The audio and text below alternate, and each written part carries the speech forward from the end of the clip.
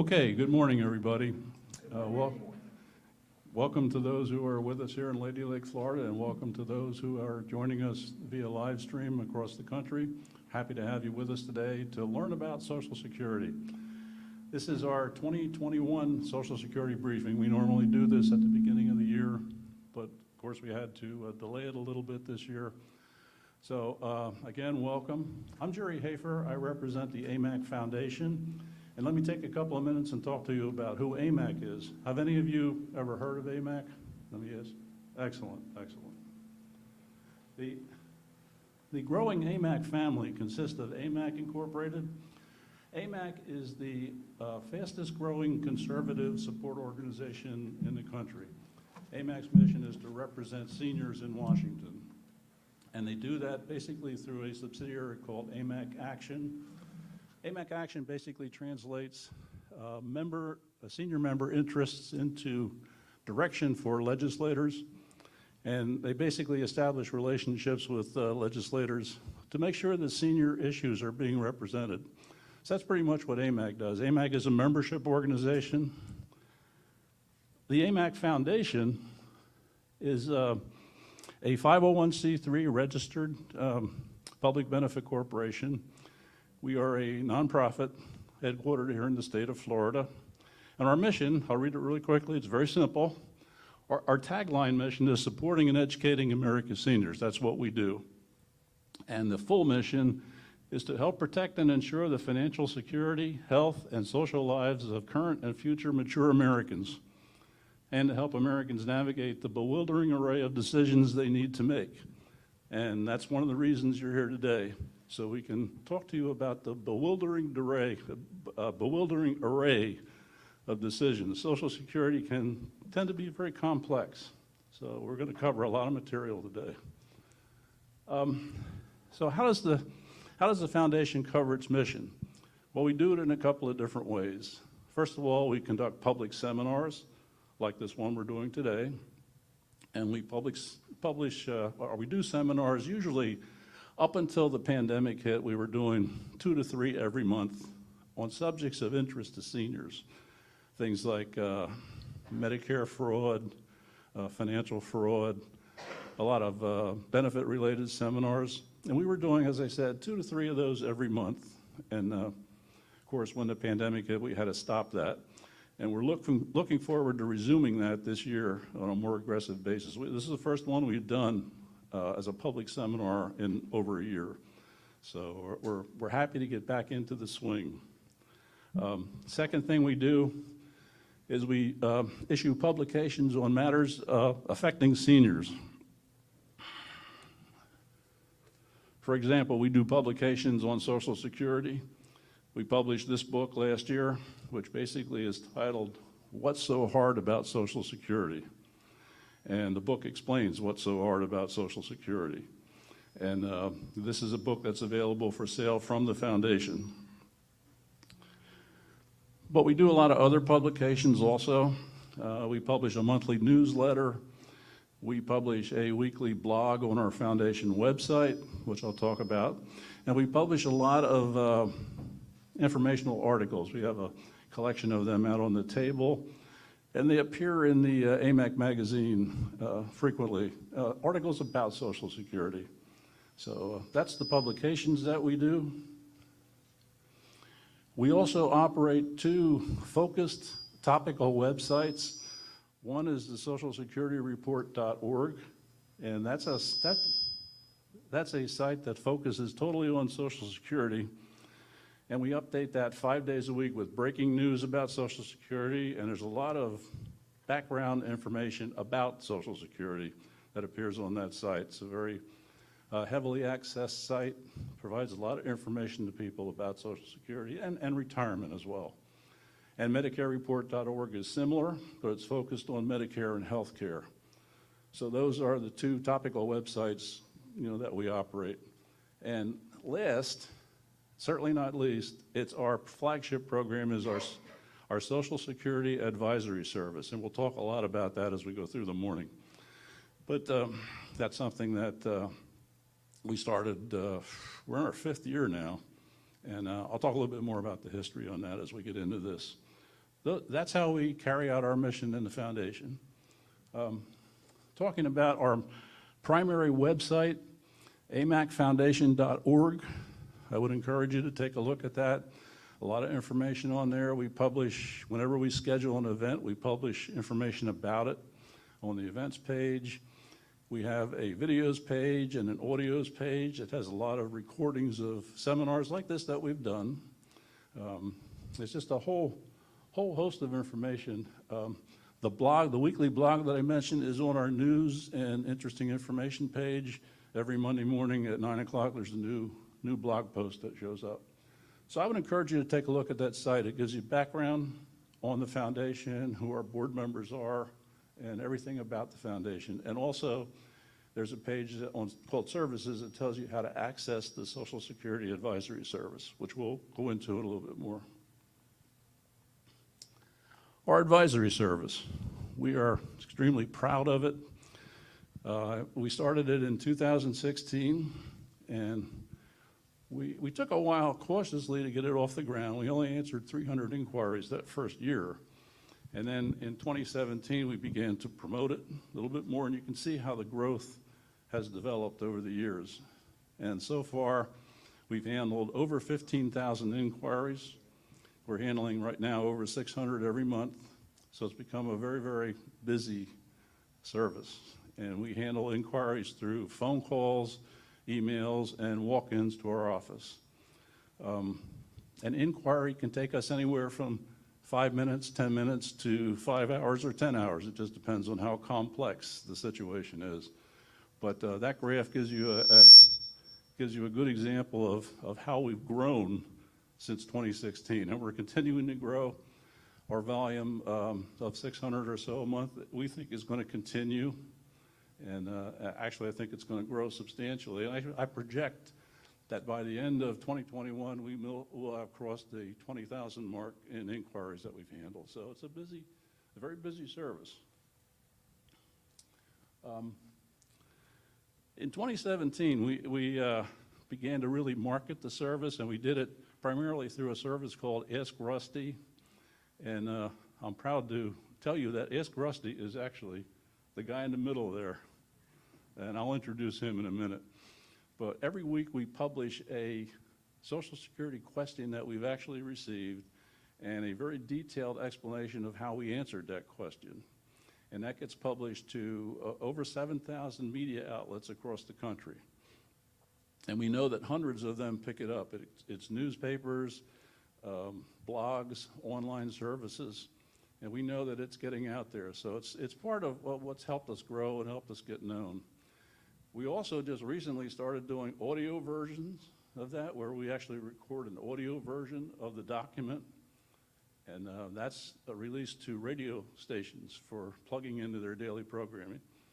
So all of this is how we're advancing the foundation brand, and it's what's causing our growth, and it's a good thing. It's a good thing. The audio files, incidentally, are a part of the audio page on the foundation website, so they're available for access. We published 2 years ago a compendium of the first 80 or so questions that we answered. That was the first edition, and the book that I just mentioned is our second edition. So we're probably going to continue updating that as time goes on. So, well, that's a pretty quick overview of AMAC and the foundation. Now, here's what we're going to talk about today. A lot of topics. It seems like you're going to be here all day, but not really. We'll be going through some of them fairly quickly. But we're going to talk about what's new for 2021, the new limits. We're going to talk about the basic stuff, when to file, I guess I would call it a disappointing situation of taxation of benefits. We get a lot of questions about that. We're going to talk about disability basics, spousal benefits and surviving spouse benefits. We're going to talk about people that file for Social Security but continue to work, what the implications are for that and what the rules are on that. We're going to talk about this thing called COLA, the annual cost of living adjustment. And then we're going to get into something called windfall elimination provision and government pension offset. I don't think we're going to get into it too detailed. but we just want to introduce it for people that are affected by it. So we'll be talking about what they are and how they impact people. And then finally, we'll close with Medicare and Social Security, how they combine, how they interact. So that's pretty much the agenda for today. And it seems like a lot of material, and it is, but we're going to go through it kind of carefully. So with that, let's get into it. And let me I have to introduce my colleagues before I bring them up here.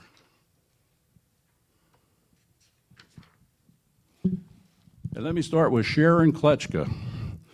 Sharon has a background in accounting and tax preparation extending more than 20 years.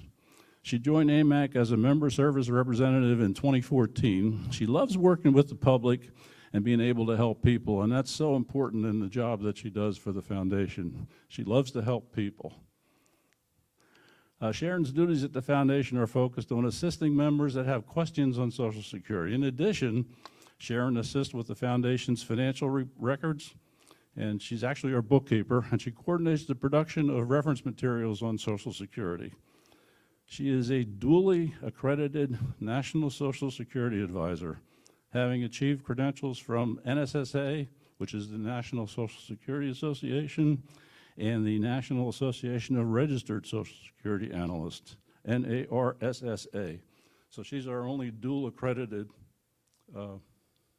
advisor that we have. Arlene Sharp, and would you take a bow, Sharon? So that's Sharon. Arlene Sharp. Arlene's background features nearly 20 years of experience in customer service and administrative support. This experience, coupled with her work as Director of Merchant Services for AMAC Small Business Solutions and Quality Control Coordinator for Member Services, gives her a strong foundation for the research that she does, for the problem solving, and for the communication tasks that we give her in handling incoming inquiries. She's excited about the challenges she has in her position. And I can tell you, I sit right next to her in the office, and I listen to her handle inquiries day in and day out.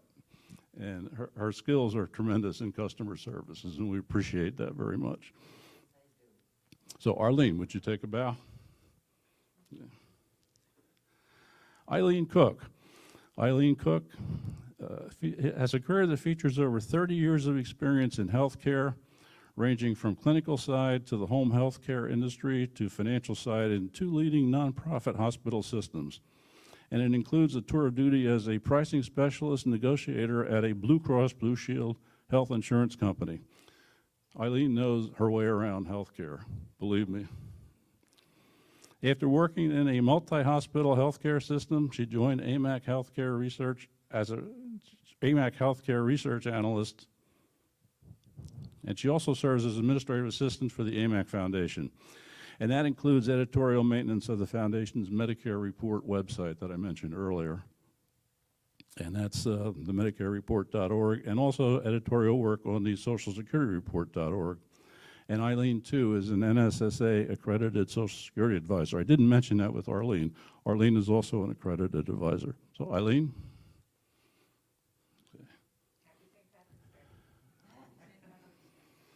Okay. Ken Barron.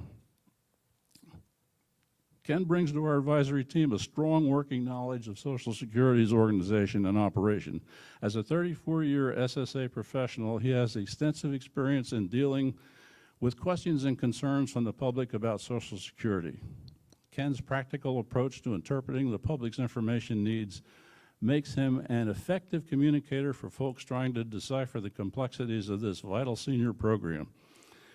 His in-depth experience in dealing with the public fits well with the resources on our team, and his ability to convey Social Security's rules and regulations in clear and understandable terms is an invaluable addition to our advisory service. As an NSSA accredited advisor, Ken helps us deal with the growing volume of inquiries our team handles. He's a resident of North Fort Myers, Florida, and he escapes to the Northeast United States for the summer months. Ken is accredited by the National Social Security Association, NSSA. Ken. Russ Glure. also known as Ask Rusty, around our office. Russ's professional career spans over 50 years with major organizations, including Pan American World Airways in New York City in their communication research and development area, American Express Company, where he served as a management information systems for the travel division, and IBM, where he focused on sales and engineering management and project management, and ultimately was appointed executive responsible for IBM Global Services Worldwide Quality Assurance Program. Russ retired from IBM in 2003 and enjoyed 10 years of retirement before joining the AMAC organization and eventually the AMAC Foundation, where, as an NSSA-accredited Social Security advisor, he provides assistance to seniors approaching their Social Security benefits enrollment decision. Russ. Are you going to introduce yourself? Yeah. Okay. I was going to do it for you. Now, I won't say much about me. I concluded a 30-year career in the utility industry back in the 1990s. I retired as information technology director for a major utility up in Pennsylvania, New Jersey. I then embarked on a second career as a business manager for a regional law firm in Pennsylvania. Did that for about 5 years. Got tired of winter, frankly. Moved to Florida in 2003. And then I embarked on a third career as an adjunct instructor and consultant for Lake Sumter State College and the College of Central Florida. Did that for 7 or 8 years. Then in 2012, embarked on a fourth career with AMAC, providing consulting services for AMAC and then eventually for the AMAC Foundation. So that's a quick review of me. You might mention that you're also an NSSA accredited Social Security advisor. Yeah, I too am an accredited advisor. It's part of the requisites that we have for being an advisor. And so this is our entire, what you see before you here is the entire AMAC Foundation Social Security Advisory staff. These are my colleagues, and I'm proud of them. So, okay. So moving into our presentation, I'm going to ask Sharon to spend a little bit of time talking to us about what's new in 2021. Well, I'm sure all of you are too well aware that the cost of living increase for 2021 was only 1.3%. Some of the other increases due to the National Average Wage Index was that the maximum taxable earnings this year are $142,800. That is the amount you pay Social Security taxes on. That is the amount that your Social Security benefit is based on. The maximum Social Security benefit for someone reaching their full retirement age is $3,148. You need $1,470 per quarter to qualify for the 40 retirement credits. The earnings test for people. Oh, sorry. The earnings test for people under their full retirement age this year, you have to remain under 18,960. If you're turning your full retirement age this year, you can earn as much as 50,520. Now, these will be covered in further detail during the presentation. And these are some types of benefits that people apply for. A lot of people think only the worker, the retiree, qualifies for benefits. Well, the the workers must be at least 62, have their 40 quarters, but also their spouses and ex-spouses, if married 10 years, also qualify. This includes spouses that maybe never worked. They're covered under the worker's Social Security record. Then the survivors of deceased retirees, you have your current and ex-spouses become eligible at 60 or 50 if disabled. Dependent children under 18 or 19 if still in high school. And dependent parents. Dependent parents are children, our parents that as they get older depend on their children for their support should that child pass away, and that they have a higher Social Security benefit available to their surviving parent. That parent can actually collect on their record. And for disabled workers with enough quarters can collect disability benefits. Now this varies with age. 60 plus, you have to have your 40 quarters. Younger workers, it's calculated totally different. And disabled adult children, if their disability began before the age of 22, they're still considered eligible for child benefits, and they become eligible under their parents' Social Security record. If one of those parents begin benefits, they not only become eligible under the parents' record, you're actually required to sign them up for Social Security when you apply for benefits if they are receiving SSI. Okay, and as Sharon said, we'll be talking about these in a lot more detail as we go through the next couple of slides. Now I'd like to move into what I consider one of the more fascinating aspects of your Social Security benefits. And I think it's something that we find very, very few people really have an understanding of how that benefit figure that they get from Social Security is actually calculated. And we think it's an important thing to know. So I'm going to ask Russ to come up and talk about that. Yeah, I gotta move around. Okay, that's right. You already Yeah, I like to move around.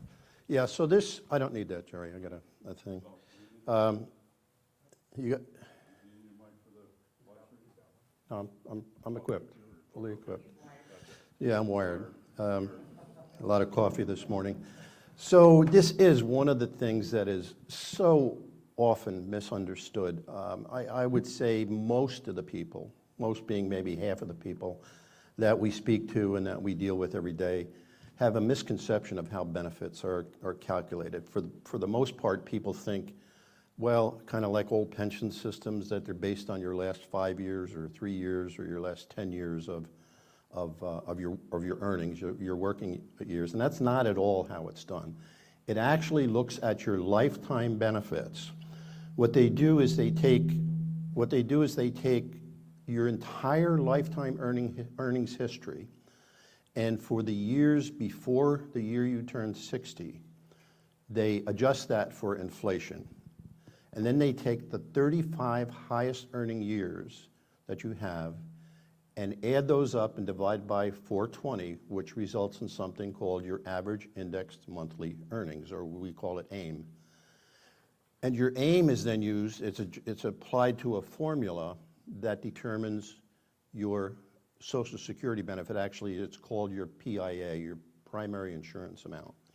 That primary insurance amount is the amount that you get, or you would get, if you filed for your benefits to start in the month that you turned your full retirement age. And we'll get in later on what is a full retirement age.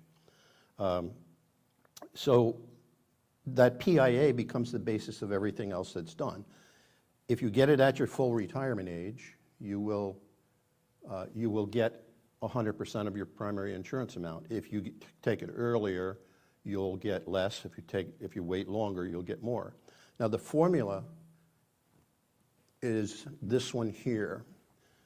The AIM that I mentioned is broken into 3 parts, which Social Security calls bend points. And then they take a percentage of each of the 3 parts. The first, and these numbers are adjusted by year, but the first for 2021, the first $996 of your AIM, they take 90% of that. The next amount of money from $996 to $6,002, they take 32% of it. And anything over $6,002, they take 15%. So in this example that I have before you, an AIM of $6,050 will result in this computation. So your $6,050 AIM will result in a $2,505 Social Security benefit amount, or PIA. So I think that's probably that chart. Yeah, I just want to add one comment. For those people that don't understand that Social Security is actually means tested, this is an example of one way it is means tested. You can see that the higher the income level in your AIM, the less of a benefit calculation you're going to get for that extra income. Right, you get a smaller percentage of the so higher that- amounts. That's an example of the progressive design of Social Security. Right. Okay. Okay, and I mentioned the full retirement age, and a lot of people, you'd be amazed at how many people think the full retirement age is actually 65. Pretty common, because everybody knows that Medicare, you become eligible for Medicare at age 65. Many people think you become eligible for Medicare, you need to go on Social Security, which is absolutely incorrect. Here's how your full retirement age is calculated. It depends entirely on the year you were born. So if you were born before 1938, it's 65. If you were born between 38 and 42, it's 65 plus 2 months for every year. I was going to tell you what my full retirement age is, but then you'd be able to calculate my age. Or I'm going to tell you what year I was born. But your full retirement age for most people retiring today is between 66 and 67. If you were born before 1955, it's 66. If you were born in 1960 or later, it's 67. And if you were born in any of the years in between, it's 66 plus 2 months for each additional year. Pretty simple. Now, there's been a lot of discussion about whether or not the full retirement age is going to go up, because as we probably all know, there's a Social Security solvency issue that's talked about in the papers quite often. That's indeed a possibility. But if that were to happen, I would say I'm pretty much assured that it wouldn't affect anyone in this room. It would affect people who are not yet eligible for Social Security, and probably not people who are eligible but are not yet collecting. So if they raise the full retirement age, and you hear they're going to raise the full retirement age, it's really not going to affect you, so don't get upset about it.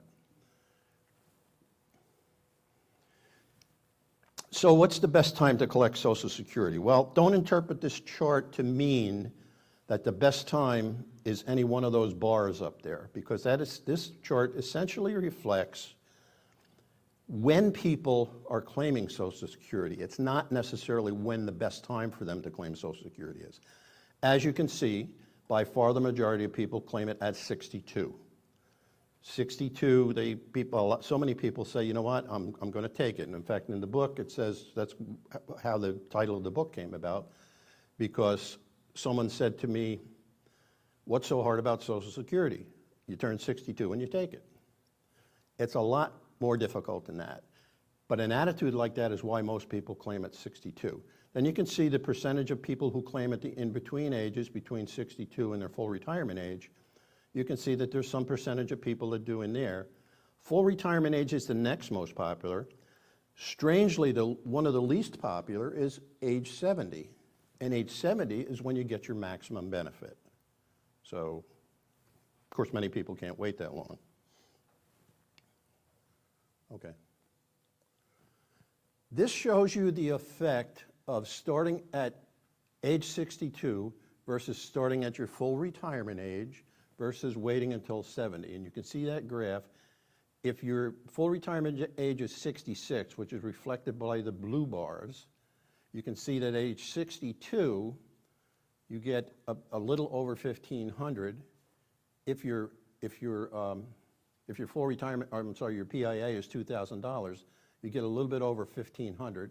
You get that full $2,000 at your full retirement age, but at age 70, you'd get 32% more. Age 67 full retirement age is kind of the same thing. The red bars, you can see you get a little bit less if your FRA is 67, but it goes up in a similar manner to age 70. So the way to maximize benefits is really age 70. There are consequences if you claim back here. We'll get into those that have to do with whether you're working or not. Okay. So what is the best age to claim? A lot of people ask, well, when am I going to break even? I think if you were to ask that question at Social Security, it would say it doesn't matter when you claim because you're going to get the same amount of money in any case. On the philosophy that if you claim earlier, you'll get smaller benefits, but you'll get more of them. If you wait later, you'll get fewer benefits, but they'll be larger, thinking that they'll both average out. But the difference is, it depends on how long you live. So if you start benefits at your full retirement age, instead of age 62, you're going to break even at age 78.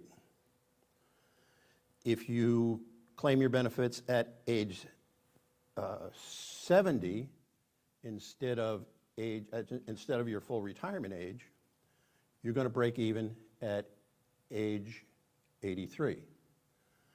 And if you claim your benefits at age 70 instead of age 62, you're going to break even by age 81. Now, what do I mean by break even? It means that you will have collected the same amount of money at either of those. So if you claim at 62, instead of 70, you're going to have collected the same amount of money at age 83.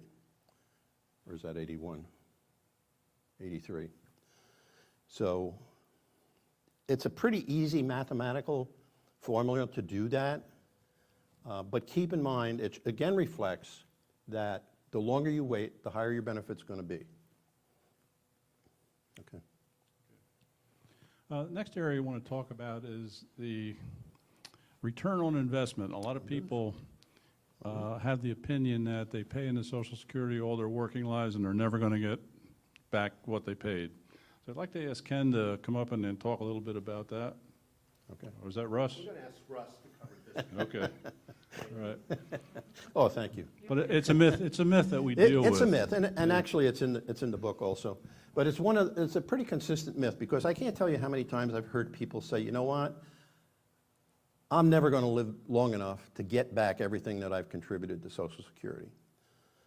That is actually a myth because I'll just use this chart to show you. The blue bars here represent the amount of money that was paid, the amount of taxes that were paid, FICA taxes, in 4 different scenarios. The first one, well, Sharon mentioned the National Average Wage Index before. That's a number that changes every year, but this first set of bars here says if someone made 50% of the National Average Wage Index, this is how much Social Security tax they would pay, and this is how much benefits they would receive on average. This one is 100% of the National Average Wage Index. This one is 150% of the National Wage Index. And this one moves off and says, what if someone paid the maximum amount of Social Security tax that was possible for them to pay? And that is this bar here. So what you can see is someone who is a lower earner earns this much, but they get much, much more back in Social Security benefits. Same here, much, much more. You pay more taxes here, you pay more taxes here, but you're gaining more benefits. And what it all boils down to is reflected in this chart in those 4 different scenarios, that if you start collecting at your full retirement age, and assuming a 2% COLA increase each year, that low income or that low earning worker would break even at about 68 if they collect it at 66. So a little over 3 years. This second one, which is 100% of the National Wage Index, would break even at 69 and a few months. This next one, which is 150% of the National Wage Index, breaks even at age 70 in a few months. And the one that paid the maximum amount would break even at 71 in a couple of months. So this chart proves, and this was done by a colleague of ours, it was a very, very detailed study, but it proves that you get back. Yeah, I mean, some people don't. I mean, realistically, you may not live that long, right? But most people get back much more in benefits than they contribute in Social Security taxes. Okay, now, I mentioned earlier that one of the things we're going to talk about is the situation where people elect to draw benefits but continue to work. So I'm going to ask Ken to talk about that next. Take it away. Thank you, Jerry. First thing, I have to say that yesterday was the first time that I met my colleagues face to face, with the exception of Jerry, and I'm so proud to be part of this group. They are so professional. They help so many people all over the world, really. And just to piggyback a little bit of information that Russ was sharing with you about, will I ever get back what I put into this? Well, I did, because I sat behind a desk for 27 years with Social Security doing retirement claims, I did my own little survey.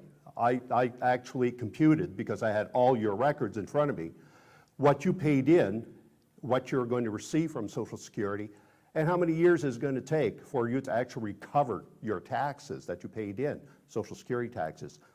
And almost every single time, it was always just about that 3-year period.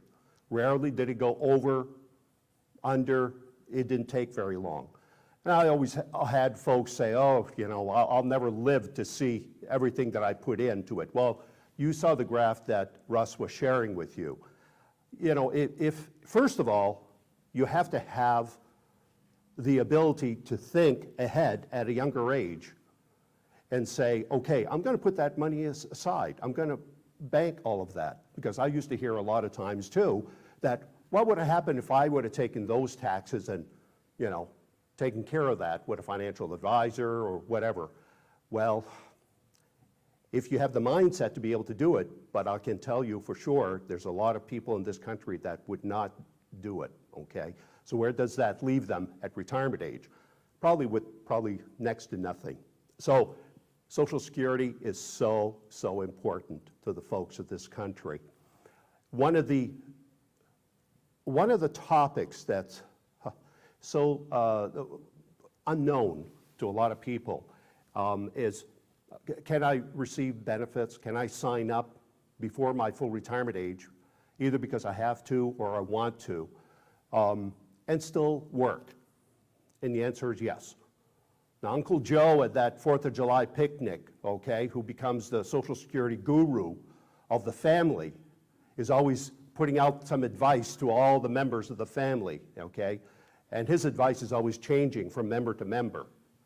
And we hear, Social Security hears all these stories, and I could write a book about them, about people coming in 2 years after the fact where they could have applied for benefits, but they didn't, because they were still working, and even part-time. So the answer to the question, can I collect before my full retirement age and still work, is yes. But Social Security has limitations, and it's called the Social Security Earnings Test. And how do they formulate this test, so to speak? It's by the amount of Social Security income that you earn during the course of a year. So one thing to keep in mind, all right, as I explained this, at full retirement age, and you've heard what full retirement age is, it's determined by the year of your birth. The month you turn full retirement age, you can earn anything you want and collect your Social Security if you decide to. You apply, you say, yes, I want to start collecting. So you can do that. But for the calendar year prior to full retirement age, there is a limit. And this keeps going up a little bit each year. This year for 2021, Social Security has set that limit at $18,960. If it's wages, okay, take a look at your W-2 form. It's whatever amount of income you have on your W-2 form that shows Social Security tax. If you're self-employed, then it's your net profit that you end up by paying Social Security taxes on, or a combination of both, all right? You can earn up to $18,960 without Social Security benefits being forfeiting some of those benefits. Now, don't get this mixed up with taxation of Social Security. That's going to be covered a little later. This is not taxation. This is a determination of whether you qualify as being sort of retired or fully retired, okay? This is the test that Social Security uses. So if you decide you're going to stop working, you're going to earn less than $18,960, and you want to file for your benefits and receive them, you're safe. If you plan on going from full-time to part-time work, your part-time work is going to be less than $18,960, you're safe, okay?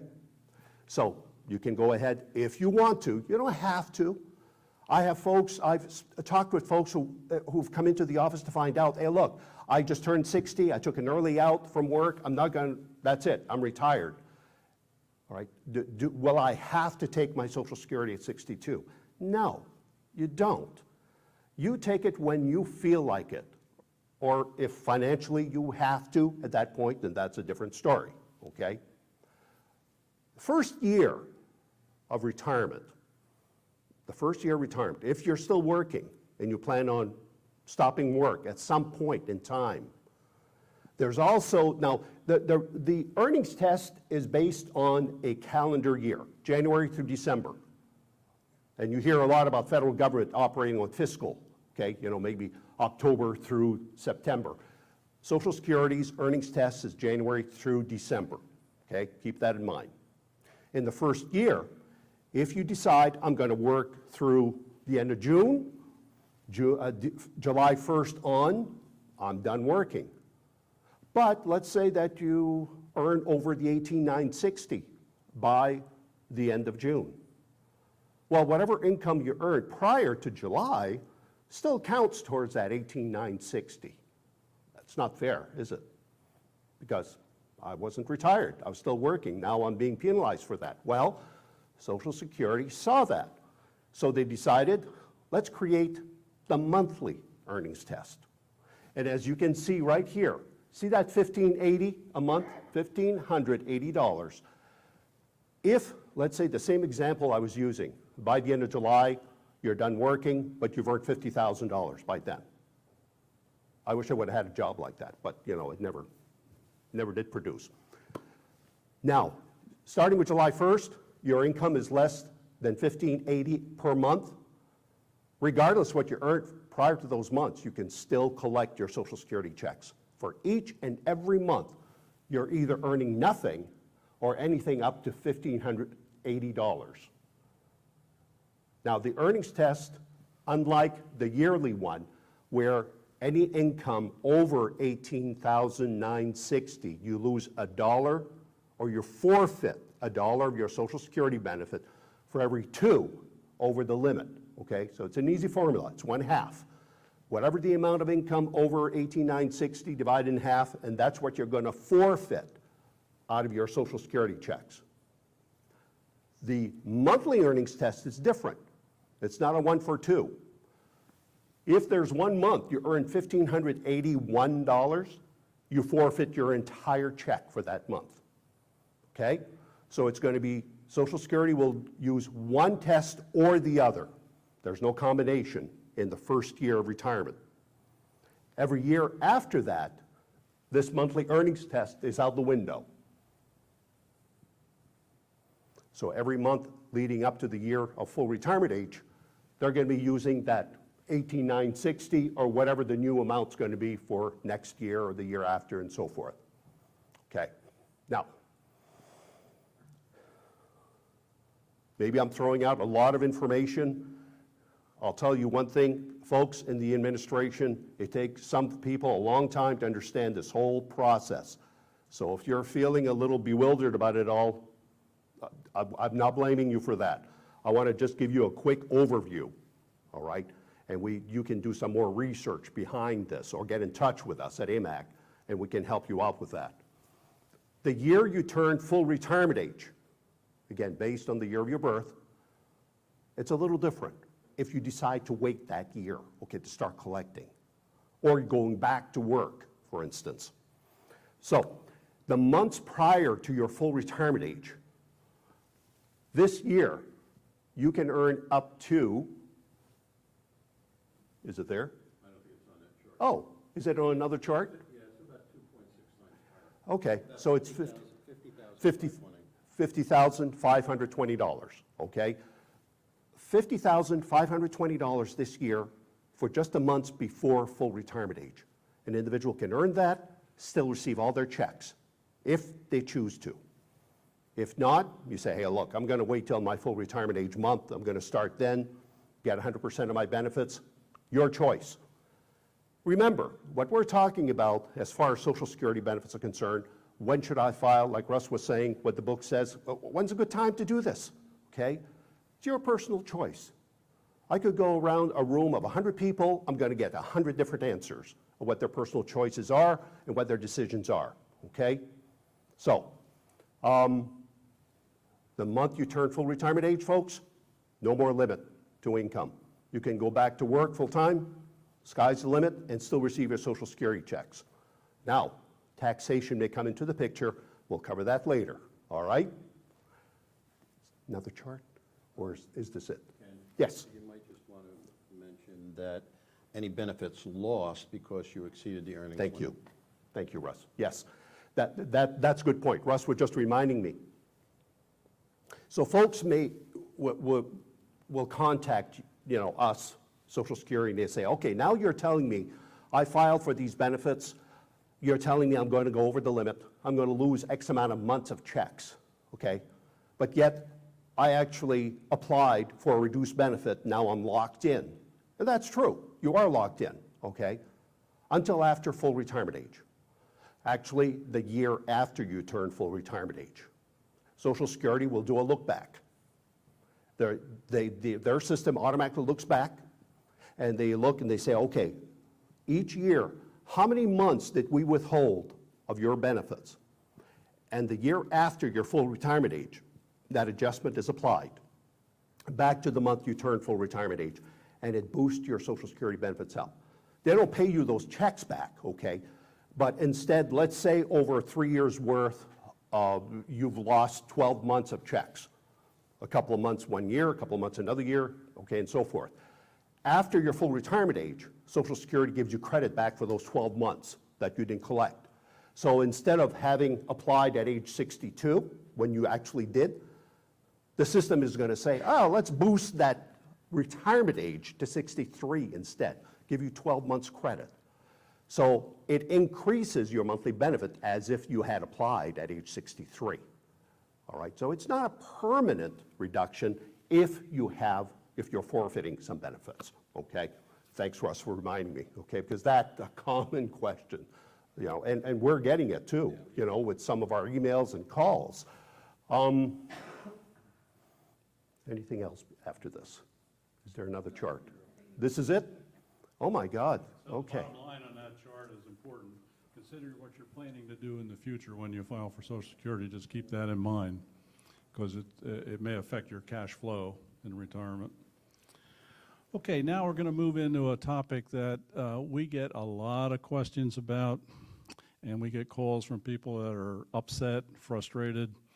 But it's this issue of taxation of Social Security benefits. It's become a little bit of a political football, I would say, these days. In fact, there's an article out on the table that we produced that you might want to read about the dilemma of double taxation, which is the way a lot of people look at it. You've paid FICA tax all your working career, now you're drawing benefits, and all of a sudden it's taxable. And that really upsets people. So I'm going to ask Arlene to talk a little bit about how that happens.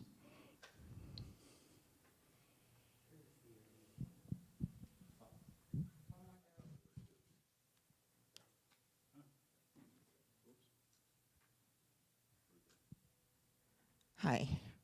Before 1984, benefits were tax exempt. That changed with laws that were passed in 1983 and 1993. Now part of your benefits are taxable depending on what's called your modified adjusted gross income. If Social Security is your only income, then it's not taxable. If you have other incomes such as earnings, pensions, 401ks, you could owe taxes on some of your benefits. Your modified adjusted gross income is determined by taking 50% of your benefit amount plus any non-taxable interest and adding it back to your adjusted gross income. So if we look at the chart, if you're a person who's filing single and your modified adjusted gross income is between 25 and is 25,000 up to 50% of your Social Security benefits are taxable. If your income is 34,000, then you've reached the second level and up to 85% of your benefits are taxable.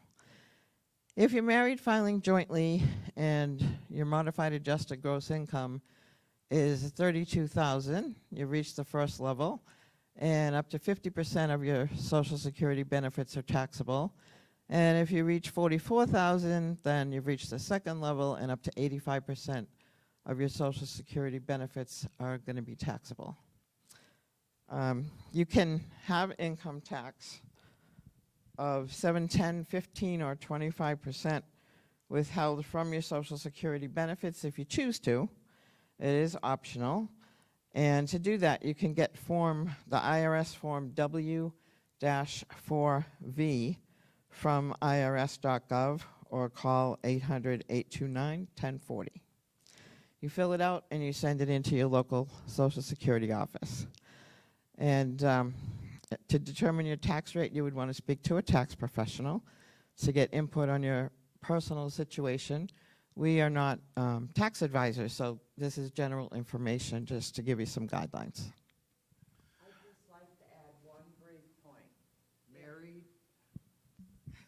Married filing separately does not reduce your tax liability on your Social Security benefits. It would actually increase it, as then you become taxable on up to 50 or 85% of your benefits, starting with the first dollar you earn.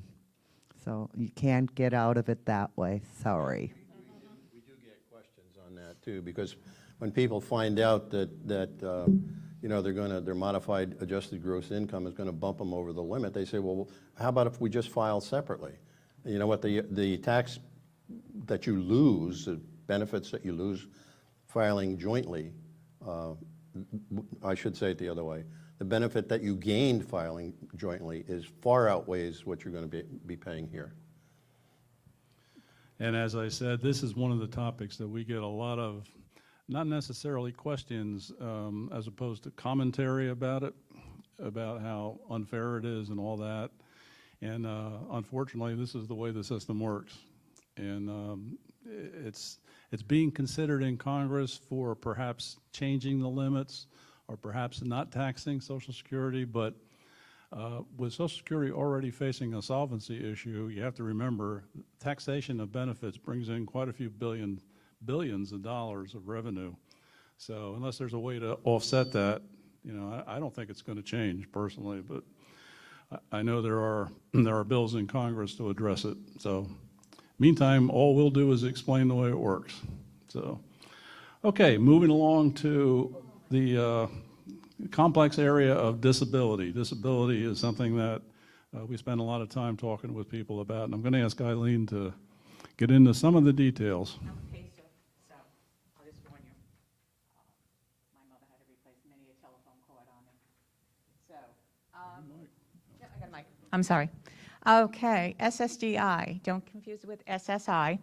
SSDI is available for those who have a physical or mental condition that prevents them from engaging in any substantial gainful activity. And the amounts for substantial gainful activity for 2021 is $1,310 or more a month. If you're a blind individual, it's $2,190. You are under your full retirement age. Now, we do have a lot of questions that come in. You know, I'm 62. Doctor said, you know, I can't work anymore, but I can't go without money.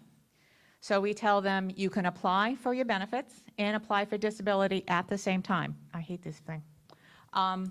So if you can collect your early retirement benefits until you win your disability case. When you win your disability case, they will go back and adjust those months up to your estimated full retirement age benefit.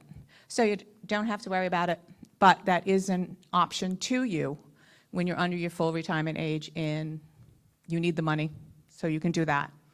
And then have sufficient Social Security work credits. Disability insurance is called an insurance for a reason. That means you had to have paid into it. So currently, it's 40 credits. Now, you need 40 credits, but you have to have worked the last 5 out of the 10 years, the year you became disabled.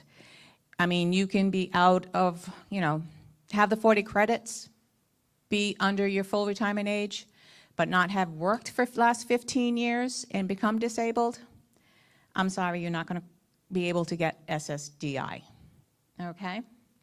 Now, one thing I tell people, and it's very important to tell people, is you need to apply for SSDI as soon as you become disabled. Do not wait. If your doctor says you're disabled, you're not going to be able to return to work maybe for another 2 years or anything over a year, let's say it's going to be a long rehab session, or unfortunately you're going to pass. So this is when you apply. Don't wait, oh, maybe I'll wait for a year. Don't apply, because it will take 3 to 5 months at least, if not longer. And I can testify for my late husband, it was 2 years.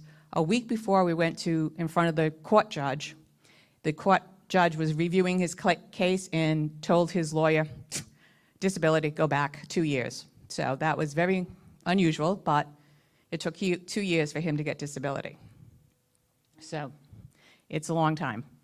And then there are times when it's compassionate allowance are available. Those are like 200 conditions that Social Security Administration has flagged as saying, let's give them SS benefits right away. And those are like the types of cancers, ALS, but there's also other, you cannot have those 200 conditions and you still be disabled and not be able to work. You can always ask for a quick disability determination, which is a computer-based program that the Social Security Administration uses. It's a model. It looks for on the application and identifies cases where there's favorable disability. It's highly likely with medical evidence readily available, and they'll expedite the case. So it's not all lost, but just in case. Now, if you're approved, there's a 5-month waiting period, and the payments are made within 6 months of the date of disability, except there's a new law for ALS, which was signed into law, is the ALS Disability Insurance Access Act, which eliminates the 5-month waiting period for individuals before they can receive SSDI and Medicare. So, and that unfortunately went into effect the end of December. There is some controversy about SSA is not retroing back, and they're reviewing it as, that day the bill was signed, but there is a movement in Congress and the lawmakers to get Social Security to recognize that, to go back the retro. So these people that have applied the ALS do not have to wait those 5 months. So, and then we have to talk about there is an option for spousal benefits. And just to know that you can get your spousal benefit as early as 62. You're not subject to deemed filing, and we'll discuss that next slide when we talk about spouses and ex-spouses. Yes, sir. Can I add something real quick? Go ahead. Okay. One common thing about the Social Security Disability Program, quite often this is something that we would see, and they still see. You heard Eileen mention about the SGA, the substantial gainful activity amount, that if you earn over that, you're not considered disabled. There's a lot of folks that may have been cut back on work because of illnesses. So you may have someone who's only earning $1,000 a month. You know what, they can still potentially qualify for benefits, okay? Even while earning that $1,000. So that SGA level is extremely important. And this year it's what, 13? 1310 for 1310 for an individual and Okay. 12.1 For blind? for a blind individual. Blind individual, okay? So keep that in mind, that an individual may have gone from earning $5,000 a month and they're only earning $1,000, and the doctor said, look, you can't work full-time for the rest of your life. That person should still be filing for disability. Thank you, Eileen.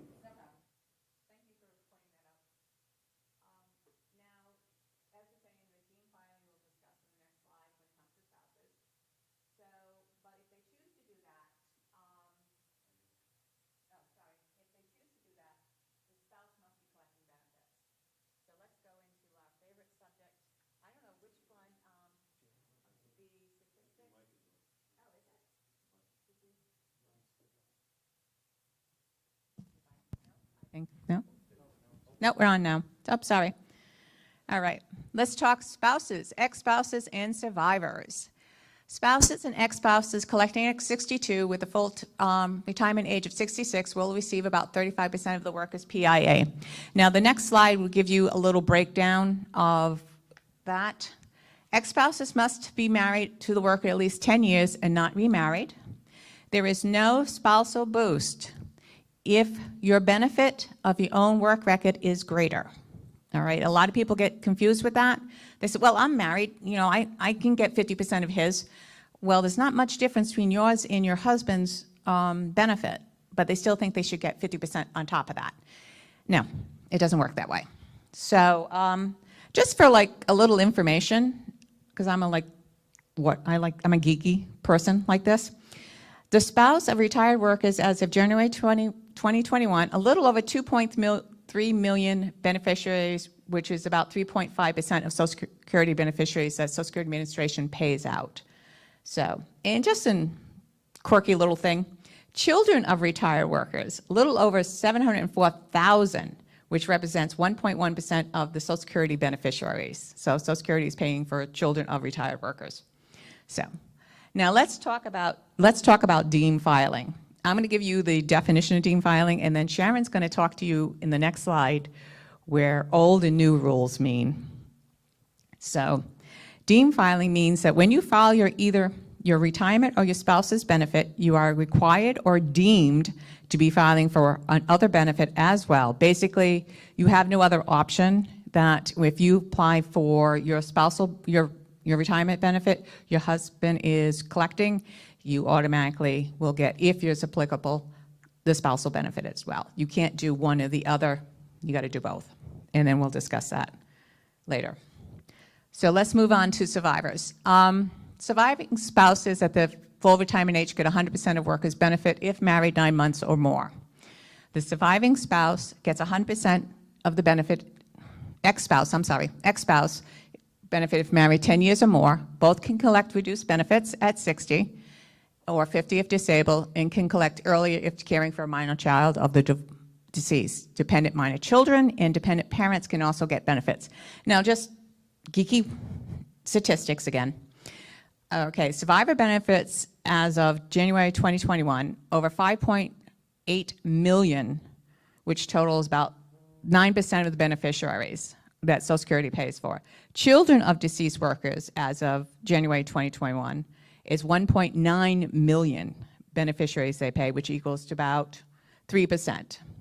And for deceased and for dependent parents, there's 1,000. So that's as of January 2021. So if you don't think that's, I mean, it's a small amount, but it does occur. So, and then one thing a lot of people get confused about, I know I talk very fast and I have an accent, so family maximum may apply. Let me give you the definition of family maximum. The maximum monthly amount that can be paid on a worker's earnings record. This does not apply to a married couple. For example, a worker, a spouse, and a dependent child in the household. That's when a family maximum will come into play. The family maximum will normally be between 150 to 188% of the worker's PIA amount. So the next slide, next slide, okay. Now there's the URL up there is for spousal, if you want to do a quick calculation of spousal benefits, but we should tell you this one is calculated if the other spouse does not qualify under their own work record. So, however, you can, a working spouse can use this also. I'll give you a ballpark figure, but it's basically geared to the spouse not having qualified under their own thing. Now we were talking about spousal benefits and how it works. So we're doing the spouse's primary insurance amount of $2,500. 50% of that equals the maximum spousal benefit, which is $1,250. Now let's say the other spouse's primary insurance amount is only $700. So the true spousal benefit is $550. I wish it was $5,550, but it's not. So this gives you a breakdown of when the spouse takes it at 62, 63, 64, 65, and then the full retirement is 66. So you see, they're not going to get that full spousal benefit until the full retirement age is 66. And that's important to remember, because I think a lot of people get confused by that. And it's also something that we should say, if you take your benefit at 62, it does not increase when you come to your full retirement age. A lot of people get confused about that. They don't realize it's a permanent reduction. Whenever you take your benefit early, it's permanent, that reduction. So that's it for me. Then it's Sharon's turn. New and old girl. Sharon's going to talk about this thing called the restricted application, which is something that is actually going away, and she's going to talk about that in terms of what it is, I should say what it was, and what it is today, and how it's going away. Sharon? The restricted application was a pretty beneficial filing strategy for married couples that was created in 2000, but it ended in 2015 for...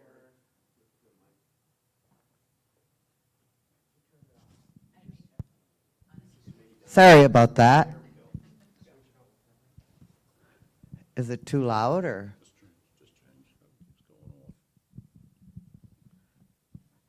Okay, the restricted application was a strategy for married couples that was passed in 2000.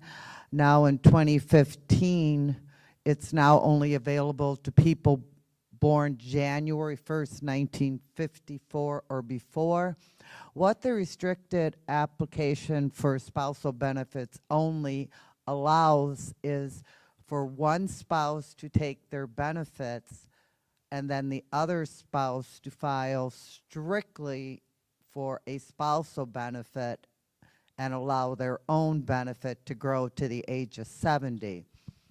And it usually was the case that the lower earning spouse would take their benefits sometimes early, because the higher earning spouse that wanted to increase his benefit to the maximum at age 70 would still receive 50% of the other spouse's full retirement age benefit. Then say if the lower earning spouse was going to be eligible for a spousal benefit, when the other spouse filed at 70, they would at that time, if born January 1st, 1954 or before, would then apply for their spousal benefit. If it's a spouse under the new rules, which means anyone born January 2nd, 1954 or later, is now subject to deemed filing. If the higher earning spouse that they're going to receive a spousal benefit on has already filed for their benefits, the second that other spouse applies, they don't have a choice. They will be deemed as filing for both their spousal and their own retirement benefit if they're eligible for one. And if they're taking it early, that's a combination of both your spousal and retirement benefit, and you take a permanent reduction that will only increase through the cost of living. Anyone that hasn't reached age 70 yet, that was born January 1st, 1954 or before, and has not started their benefits yet, are still eligible to use the strategy. I deal with a lot of spouses where they're both beyond their full retirement age. They haven't started their benefits. This puts them in the unique position where the lower earning spouse starts their benefit and the higher earning spouse files the restricted application, but they can actually each take 6 months retroactive benefits. One takes 6 months retroactive benefits on their own retirement benefit. The one that files, it will reduce their benefit by 4%. But a lot of the times that spouse is actually eligible for a spousal benefit.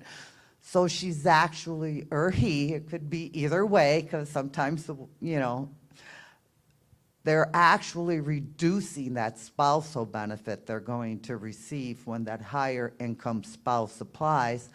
And the spouse that's filing the restricted application takes the full 50% of the other spouse's benefit in 6 months retroactive benefits. And these can wind up in a pretty nice lump sum payment. But it is going away. But if you're born before January 1st, 1954, and still not taking benefits, it's something you might want to check into. You can always feel free to call us. Oh, and there was another unique thing that I actually helped some people. Divorced spouses that have both reached their full retirement age but have not yet started their benefits can actually file a restricted application on each other, and they're the only ones that are allowed to do that as long as they've been divorced at least 2 years.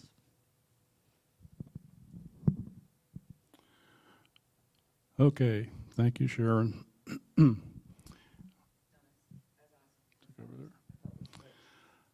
Shift gears a little bit, and we'll talk about the cost of living adjustment, the annual cost of living adjustment that's applied to Social Security benefits. It's another topic that we get a lot of questions about, especially at the beginning of the year, you know, when the January benefits are paid out, people question, you know, sometimes why didn't they get what the cost of living adjustment was supposed to be, and we'll talk a little bit about that in a moment. But this is the way the cost of living adjustment calculation takes place. It's done based on the Consumer Price Index for urban wage earners and clerical workers. That's the technical name of CPIW. And basically what they do is they study the spending habits of people that fall into that category, and they basically calculate you know, how much they spend on various types of goods, and they measure those spending patterns for 3 months of the year. It's the third quarter of the year, July, August, and September. And they calculate you know, what the total spending level is and create an index with that, compare that to the same 3 months from the preceding year, and divide the two, and if it's a positive number, that becomes the COLA for the following year. So that's mathematically the way that it's done. And if the current year calculation is less than the previous year, then COLA is set at 0. It never goes down. The cost of living adjustment for 2021 that we mentioned earlier was 1.3%. It was 1.6% of the preceding year.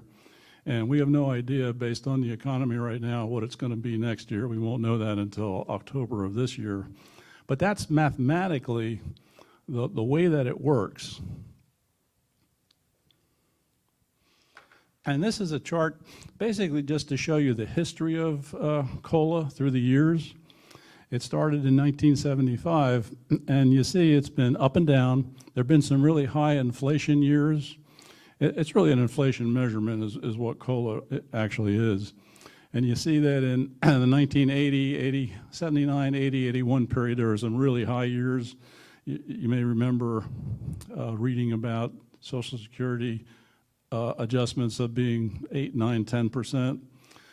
Those days are gone, and I guess that's a good thing, because that says that inflation is not nearly what it was back then, which is, in many respects is a good thing.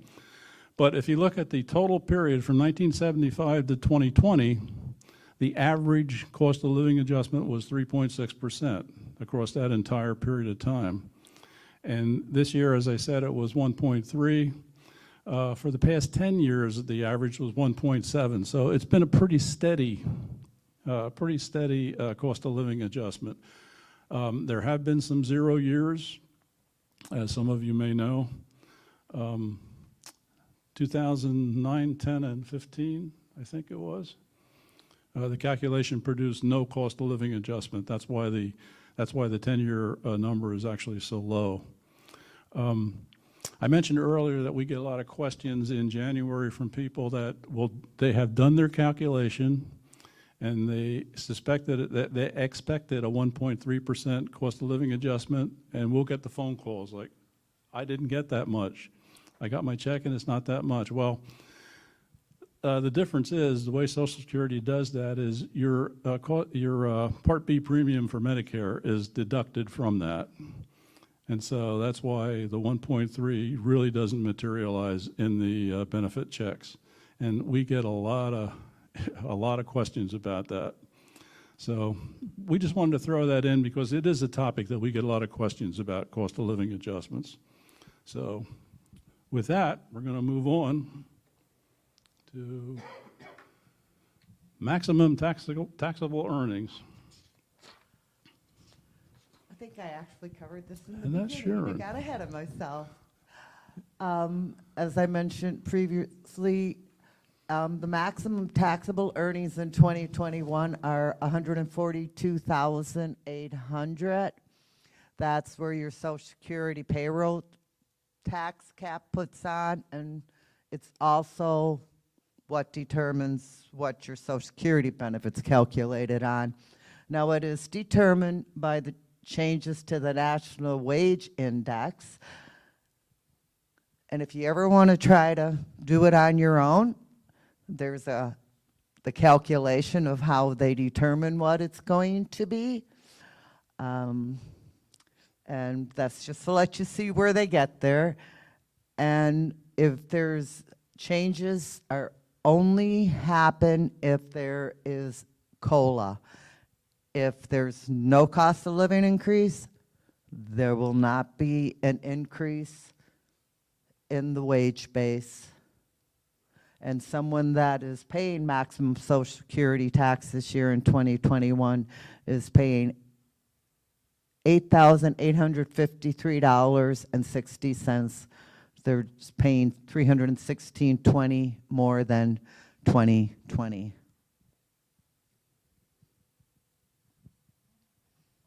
My phone's off.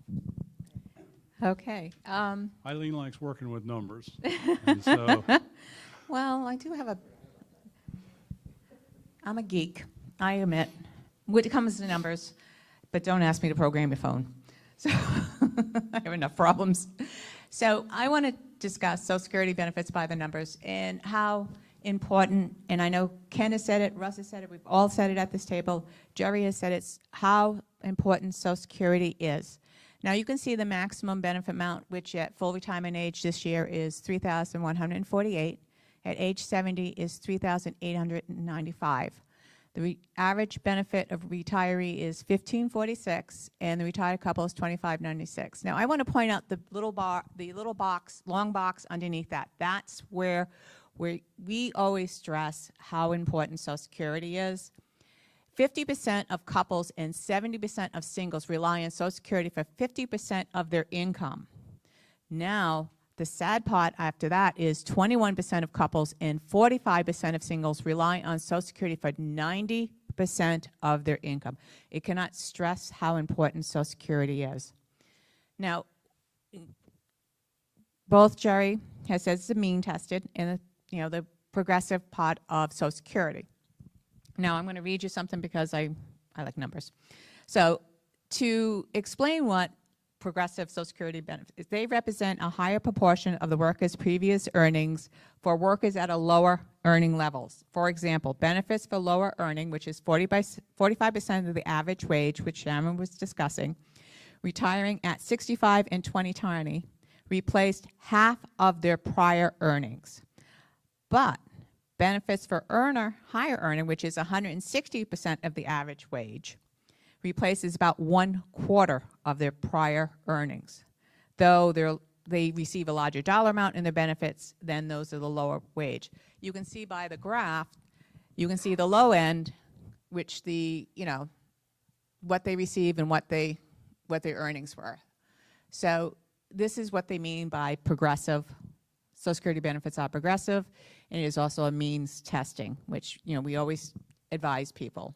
So anyway. That's it for my spiel.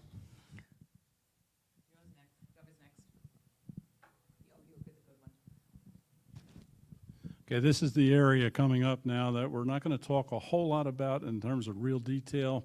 It does not apply to everybody, but there are people perhaps watching this broadcast that it does apply to, so we're going to touch on it. And again, if you have specific questions, you can contact us at our advisory service. So Sharon, give us an overview. Yeah, I'm going to give you an overview on the windfall elimination provision known as WEP. Jerry calls it WEEP. And then also the government pension offset. These tend to affect a lot of state and local government workers that work in systems such as teachers, police officers, firefighters. They work in positions that do not pay into the Social Security system, and they're part of a government pension.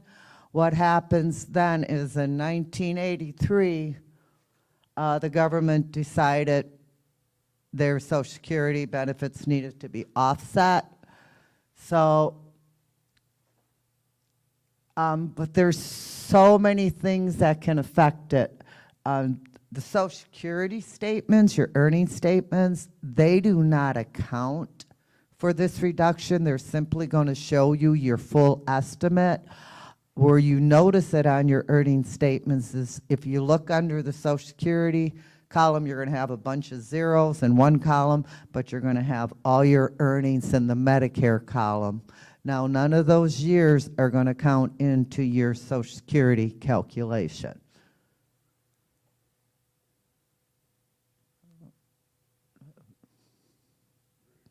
Yeah. Okay, and when someone is subject to WEP, and it goes beyond, it's not just their own benefit being affected. When a person's primary insurance amount, which is what's usually equal to your full retirement age benefit, gets reduced by WEP, it's also going to reduce any spousal or dependent benefits because their benefits are going to be based on your WEP reduced benefit. The good news is, though, when the higher earning spouse, say, is the one that's subject to WEP, that WEP reduction goes away completely if the other spouse is a surviving spouse. They will receive 100% of that benefit with no WEP reduction, even if they're entitled to their government pension.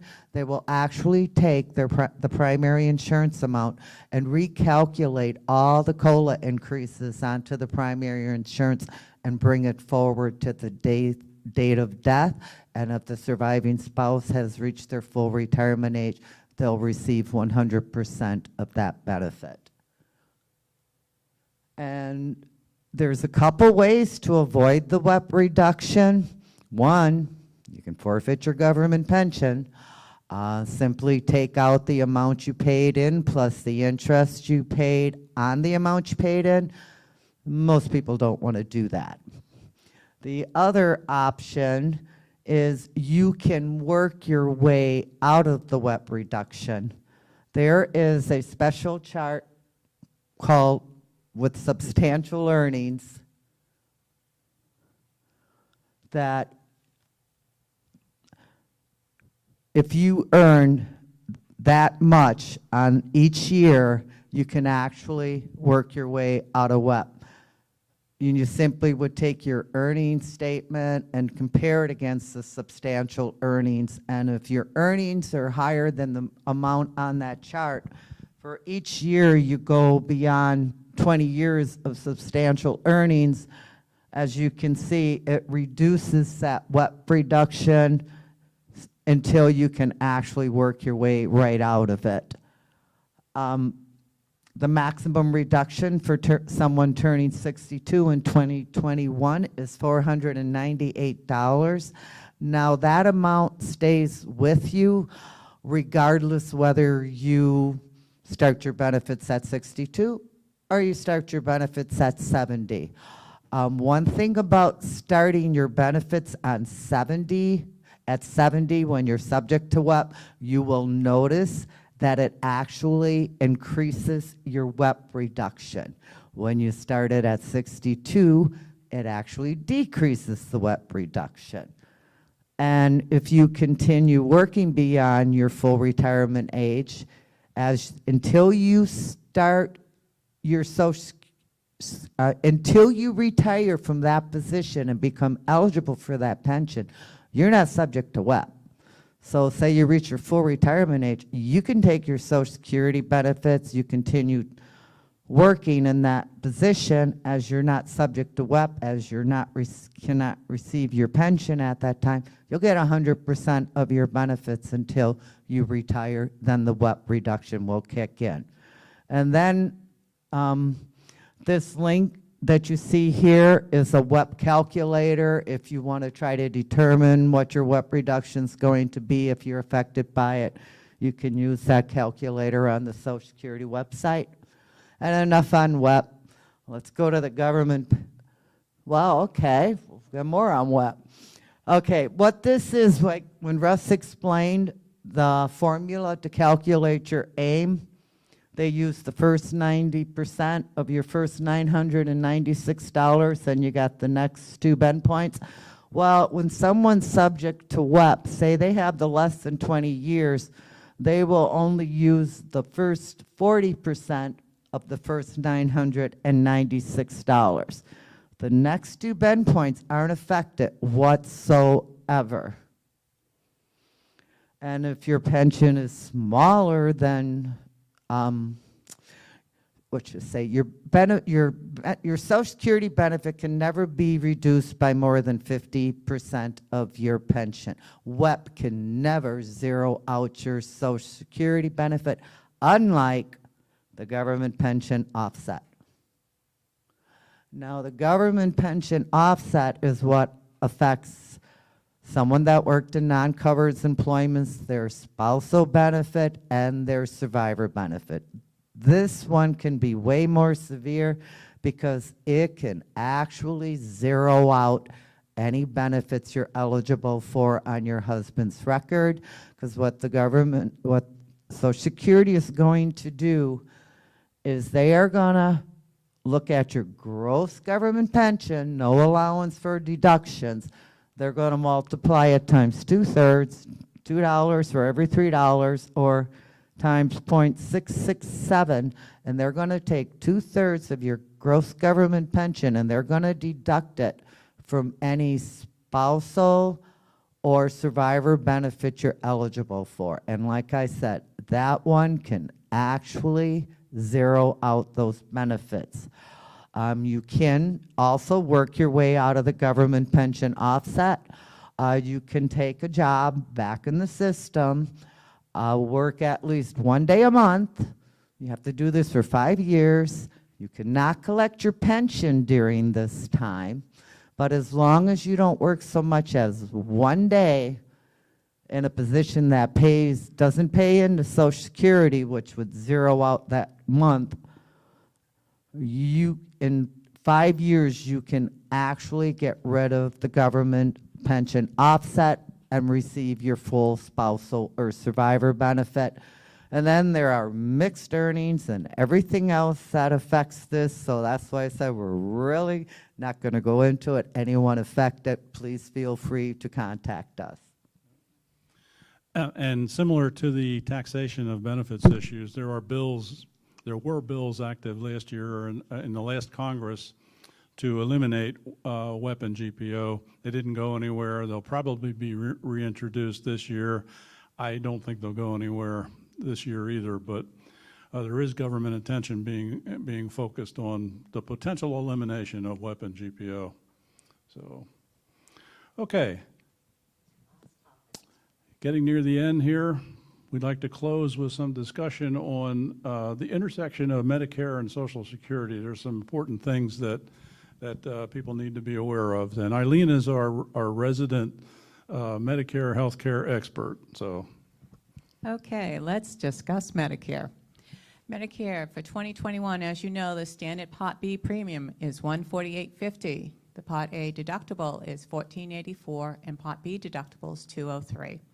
There's one question I think on the top 5 that we get is, do I need to take Medicare at 65? Yes. It all depends. If you are working, it depends on how many employees there are in the company. If you have less than 20 employees, you should take your Medicare when you become 65 because your Medicare will be primary, your other insurance will be secondary.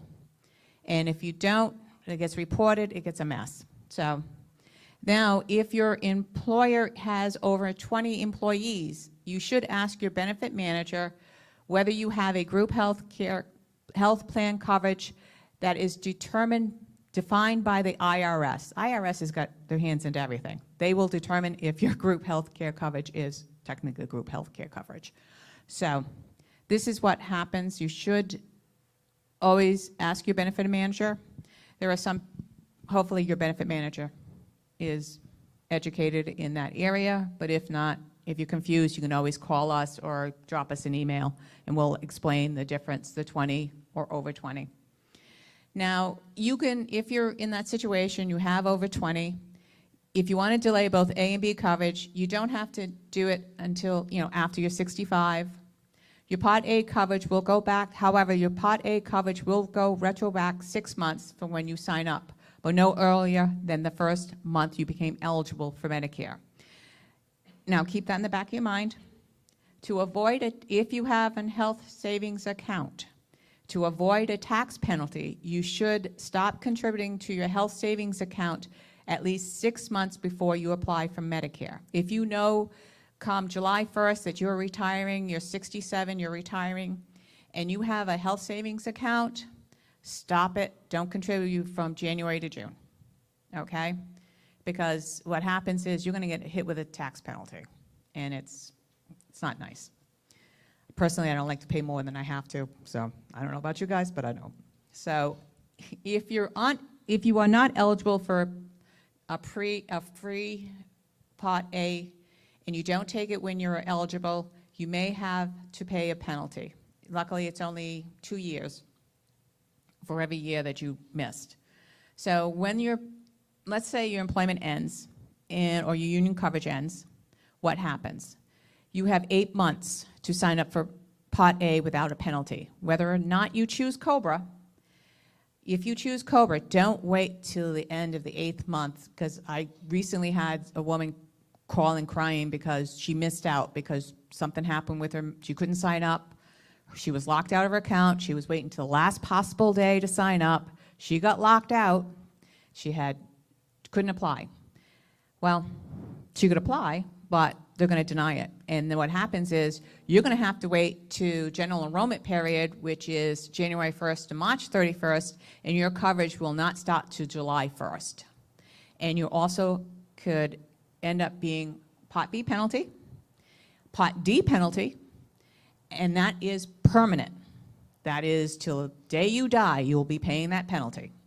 So that's something that's I stress very, as they know, I go a little crazy on this stuff, because arguing with Medicare is take my word for it. I did it for 30 plus years. So if you already have COBRA coverage when you enroll in Medicare, your COBRA coverage will probably end. If you become eligible for COBRA coverage after you're already enrolled in Medicare, you must be allowed to take COBRA coverage. That's the law. It will always be secondary to Medicare. Some people like to keep it if they're going for an operation because their health coverage will pick up what Medicare doesn't pay. But that's your choice. But just to let you know, that is the law. So let's go on to this. This is another area we receive a lot of information on, a lot of questions on. IRMA, Income-Related Monthly Adjustment Amount, aka IRMA. IRMA is not your friend. So it's based on 2 years prior. So this year you're paying off what your earnings were in 2019. So as you can tell, your taxes, if you're individual, up to $88,000, you're going to pay your standard $148.50, and whatever your Part D premium is for your plan.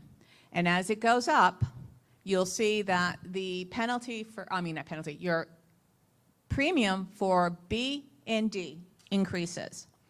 Now, Social Security understands there are times something happens. It's called life-changing event. Death of a spouse, marriage, divorce, annulment, you stop working, your spouse stops working, involuntary. Now, that's the big word, is involuntary. Not voluntarily selling your property, rental property, but involuntarily selling, income-producing property due to a national disaster, fraud, or other circumstances. The loss of your pension. Let's say your pension fund, something happens, it goes bankrupt. That's another issue. And then the receipt of settlement of payment from a current or former employer due to the employer's closure or bankruptcy. I expect in 2 years to see a lot of this coming up because a lot of companies went belly up during COVID. So I hate to use that word, but went bankrupt during and could affect their pension plan as they go through the bankruptcy court. The pension plan gets pulled in as well. So I expect in 2 years' time to see a lot of that. So also, if you filed an amended tax return with the IRS, now I'm going to tell you, and then if there is an error in the IRS data, if they're using an out-of-date tax return, you can ask them to redo the initial determination because they're using an outdated tax return. Let's say they're using 2018 instead of 2019. It could be. So you can do that. Now you can ask a new determination. There's a whole appeal process, and each time you'll get something from saying, we're denying this. It'll tell you how to appeal. Do not wait till the last minute to do these appeals because if you don't do it in 60 days, they don't want to hear it. So the minute you get it, appeal it. If you want to appeal it, don't wait because they don't care. They don't want to care if it's a snowstorm. They don't want to care that your regular mail carrier was out and you had a substitute. They don't care. So just to let you know that. I get a little crazy on this stuff as they're used to me, but because once you get into that situation, like I said, they are cutoff date and they're not going to look back unless you can prove that there was a signed receipt from that department. They don't care. So, like I say, do not wait till the last minute to do this stuff. So you can do that. You can submit a Medicare life-changing event form, or you can call up Social Security and ask for either an over-phone appointment, but you're going to have to do the documents. And I also want to get back to one thing when I said about the amended tax return.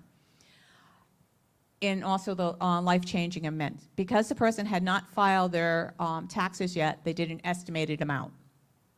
They were fine. Medicare said, okay, fine, we'll go back to, lower it to $148.50.